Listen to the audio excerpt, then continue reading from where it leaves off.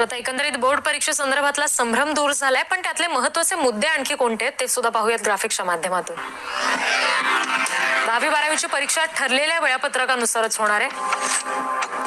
10वी आणि 12वीची परीक्षा ऑफलाईन पद्धतीनंच घेतली जाईल, म्हणजे प्रत्यक्ष परीक्षा केंद्रावर जाऊनच तुम्हाला पेपर द्यायचा आहे. 15 मार्च ते 4 एप्रिल पर्यंत 10वीची परीक्षा असेल आणि 12वीची परीक्षा 4 मार्च ते 30 मार्च या दरम्यान असेल.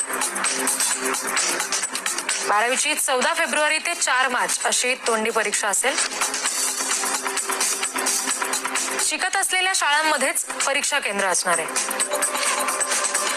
10 मिनिटं अगोदर प्रश्नपत्रिका वाचण्यासाठी दिली जाईल. 70 ते 100 गुणांच्या परीक्षेसाठी 30 मिनिटं अधिक वेळ असेल. 40 ते 60 गुणांच्या परीक्षेसाठी 15 मिनिटांचा अधिक वेळ असेल. लेखी परीक्षेसाठी 75% अभ्यासक्रम परीक्षेसाठी असेल. शाळेतले शिक्षकच परीक्षक म्हणून काम करतील.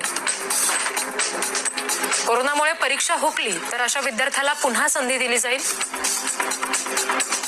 विद्यार्थ्यांना झिगझॅग पद्धतीनं वर्गामध्ये बसवण्यात येणार आहे.